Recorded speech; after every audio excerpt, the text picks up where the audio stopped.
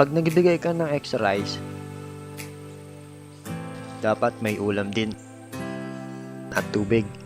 Nakaka-inspire magbigay, lalo na may mga taong nagsisikap at tumidiskarte sa kabila ng kahirapan. Kung pagod ka na, may mga taong hindi napapagod, mabuhay at patuloy na nakikipagsapalaran.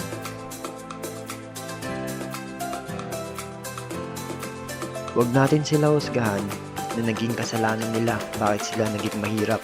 Hindi natin alam, sinusulat na nila sa semento ang mabuting plano kung paano sila yayaman.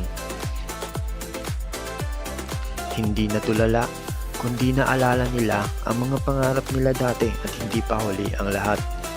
Ang kailangan nila ay isang one-piece McDo chicken, isang extra rice, panulak kahit papano at mabuting bigay galing sa atin para malamnan ang kumakalang nilang sikmura at makaisip ng paraan paano makakaalis sa kahirapan.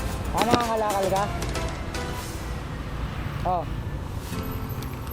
Sir busin mo yan, sir.